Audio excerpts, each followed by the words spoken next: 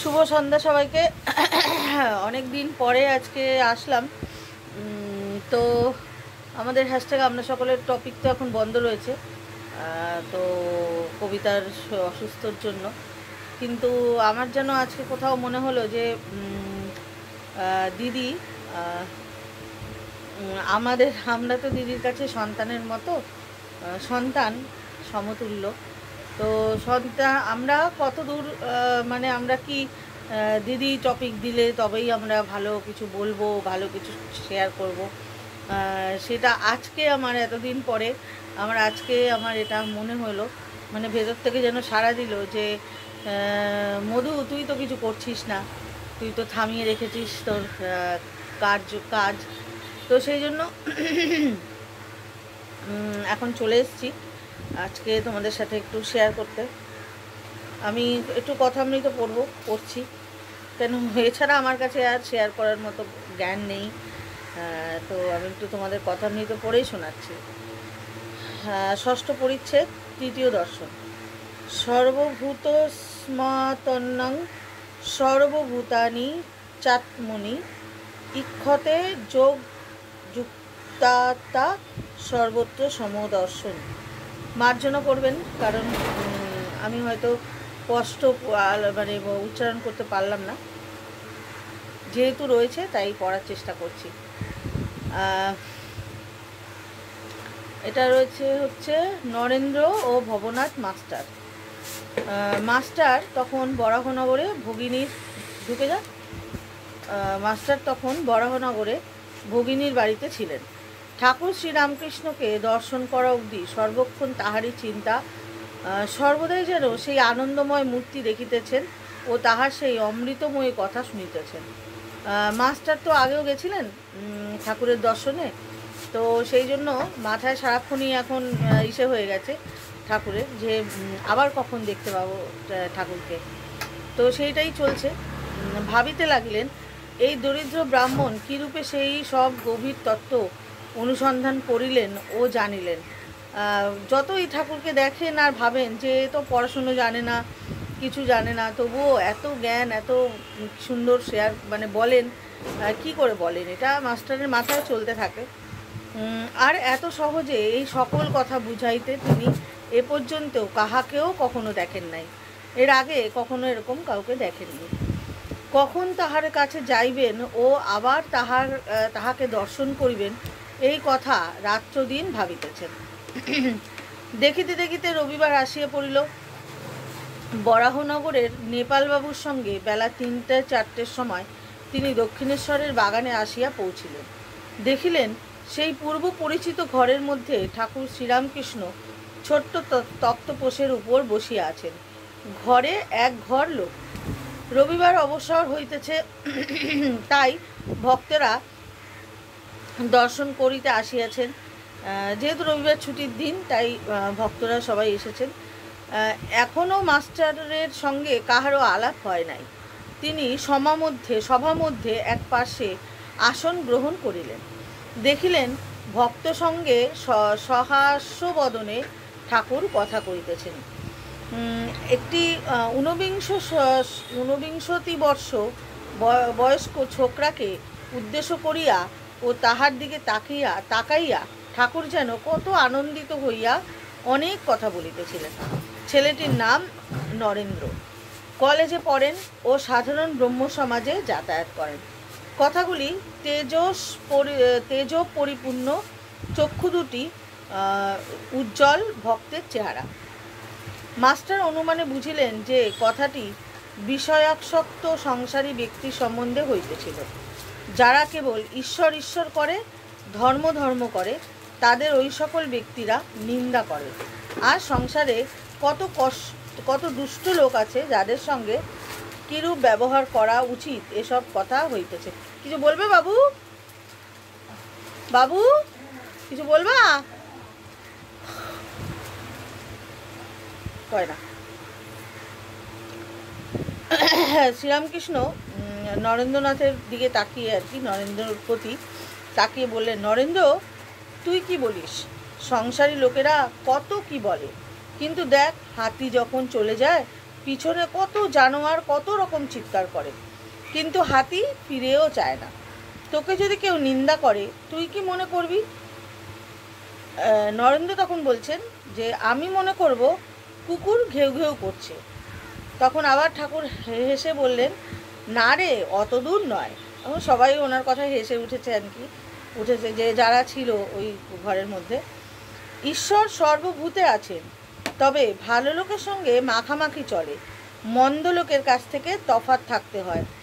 বাঘের ভিতরেও নারায়ণ আছে, তা বলে বাঘকে আলিঙ্গন করা চলে না। যদি বলো বাঘ তো নারায়ণ, তবে কেন পালাবো? তার উত্তর, যারা বলছে পালিয়ে এসো তারাও নারায়ণ, তাদের কথা কেন না শুনি। একটা গল্প শোনো। কোনো এক বনে, এগুলো কিন্তু ঠাকুর বলছেন, একটা গল্প শোনো। কোনো এক বনে একটি সাধু থাকতেন, তার অনেকগুলো শিষ্য। তিনি একদিন শিষ্যদের উপদেশ দিলেন যে সর্বভূতে নারায়ণ আছে, এইটি জেনে সকলকে নমস্কার করবে। একদিন একটি শিষ্য হোমের জন্য কাঠ আনতে বনে গেছিল। এমন সময় একটা রব উঠল, কে কোথায় আছো, পালাও, একটা পাগলা হাতি যাচ্ছে। সবাই পালিয়ে গেল, কিন্তু শিষ্যটি পালালো না।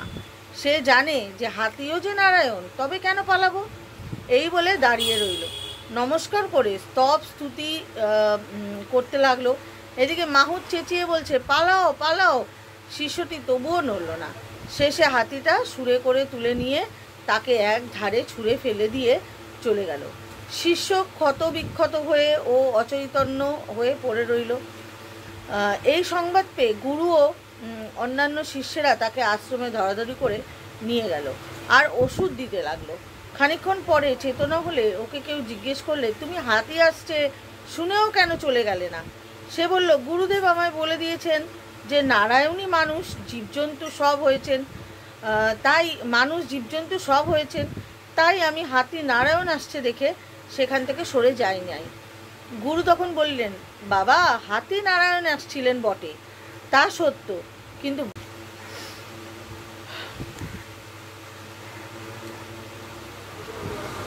গুরু তখন বললেন, বাবা, হাতি নারায়ণ এসেছিলেন বটে, তা সত্য, কিন্তু বাবা, মাহুত নারায়ণ তো তোমায় বারণ করেছিলেন।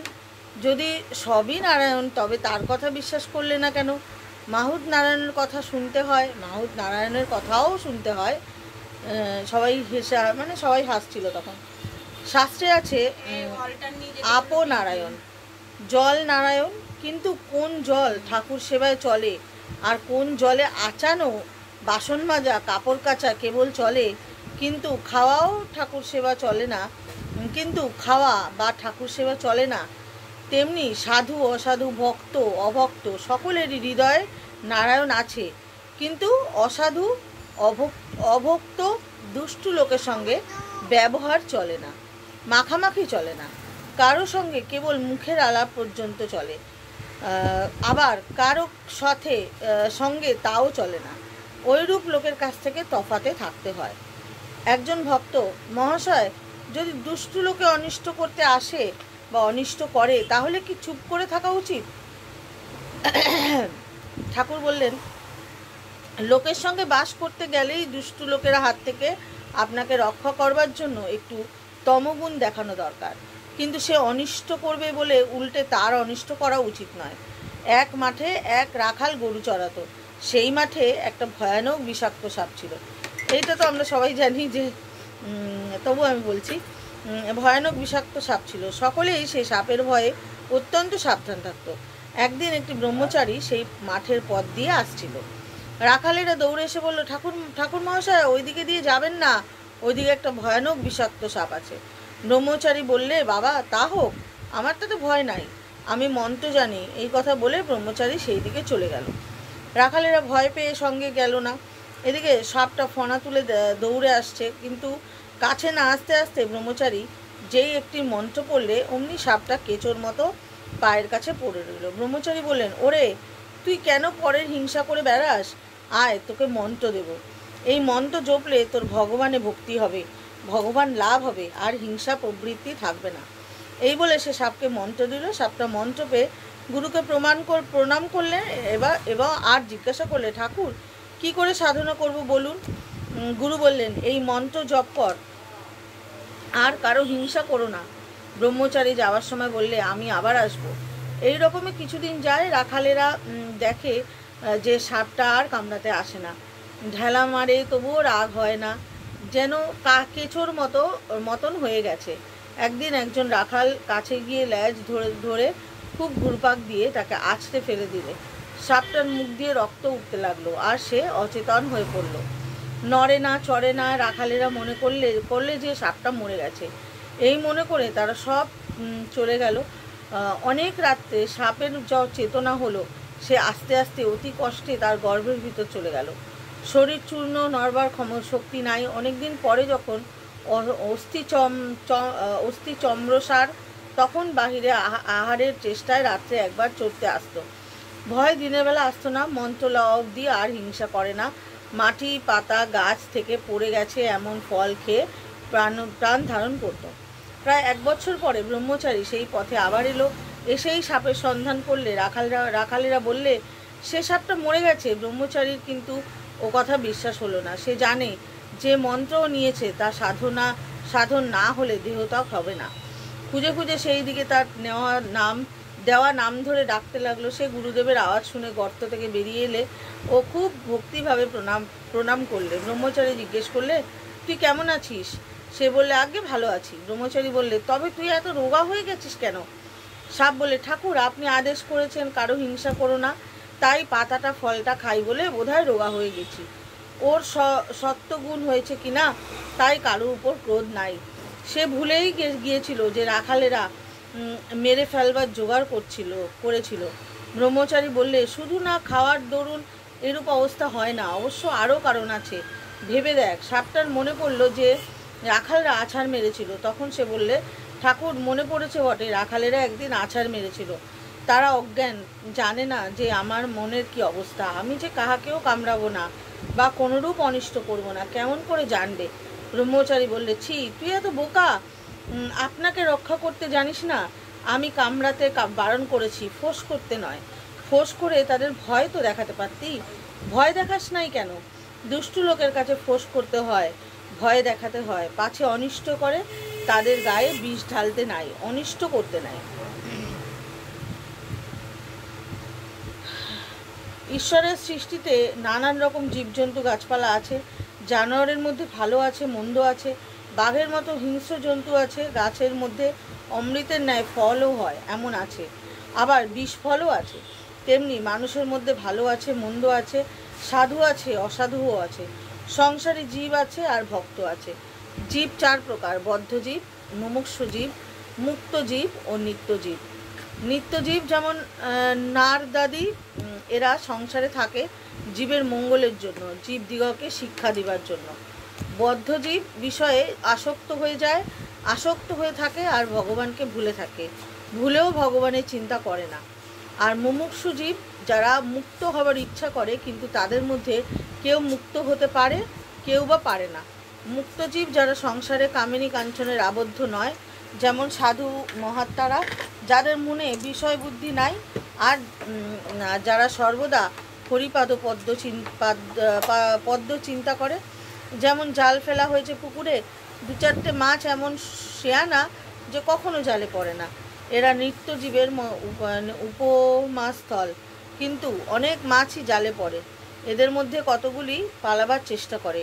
এরা মুমুক্ষু জীবের উপমাস্থল, কিন্তু সব মাছই পালাতে পারে না। 2-4টে ধপাং করে জাল থেকে পালিয়ে যায়। তখন জেলেরা বলে, ওই একটা মস্ত মাছ পালিয়ে গেল। কিন্তু যারা জালে পড়েছে অধিকাংশই পালাতে পারে না, আর পালাবার চেষ্টাও করে না, বরং জাল মুখে করে পুকুরের পাকের ভিতরে গিয়ে চুপ করে মুখ বুজে শুয়ে থাকে। মনে পড়ে, আর কোনো ভয় নাই, আমরা বেশ আছি। কিন্তু জানে না যে জেলে হর করে টেনে আড়ায় তুলবে, এরাই বদ্ধজীবের উপমাস্থল। বদ্ধজীবেরা সংসারে কামিনী কাঞ্চনে বদ্ধ হয়েছে, হাত পা বাঁধা, আবার মনে করে যে সংসারের ওই কামিনী কাঞ্চনতেই সুখ হবে আর নির্ভয়ে থাকবে। জানে না যে ওতেই মৃত্যু হবে। বদ্ধজীব যখন মরে, তার পরিবার বলে, তুমি তো চললে, আমার কি করে গেলে। আবার এমনি মায়া যে প্রদীপটাতে বেশি সলতে জ্বলছে, বদ্ধজীব বলে, তেল পুড়ে যাবে, সলতে কমিয়ে দাও, এদিকে মৃত্যু শয্যায় শুয়ে রয়েছে। বদ্ধজীবেরা ঈশ্বর চিন্তা করে না। যদি অবসর হয় তাহলে হয় আবোল তাবোল ফালতু গল্প করে, নয় মিছে কাজ করে। জিজ্ঞাসা করলে বলে, আমি চুপ করে থাকতে পারি না, তাই বেড়া বাঁধছি।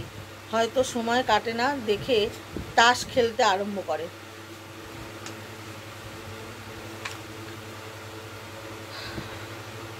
তো এই অবধি পড়লাম। তো যতদিন এসে না থাকে, তো আজকে এই অবধি শেষ করছি। যতদিন হ্যাশট্যাগ আমরা সকলের টপিক না আসছে, তোমাদের কথা আমি তো পড়েই শোনাবো। চলো, সবাই খুব ভালো থেকো, নিজের খেয়াল রেখো। টাটা।